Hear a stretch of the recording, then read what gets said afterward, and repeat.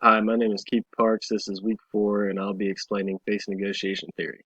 Face negotiation theory was conceived by Stella Ting Toomey in 1985 as she tried to explain an individual's conflict response relative to their culture.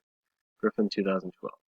She found that people are always negotiating for face, similar to our public image, because it's relative to how we want to be treated. Griffin, 2012. This is an important aspect of the theory because a person's culture reflects how they handle conflict. Toomey identifies two groups of cultures: collectivistic and individualistic. Collectivistic cultures identify with a larger group and know their actions represent the group. Individualistic cultures, on the other hand, seek out what's best for themselves or immediate family. Griffin, 2012. Toomey realized it would be dangerous and not realistic to stereotype individuals just based off their culture or the country they're from. So she researched self-control, the degree to which people feel connected to the people around them. Griffin, 2012.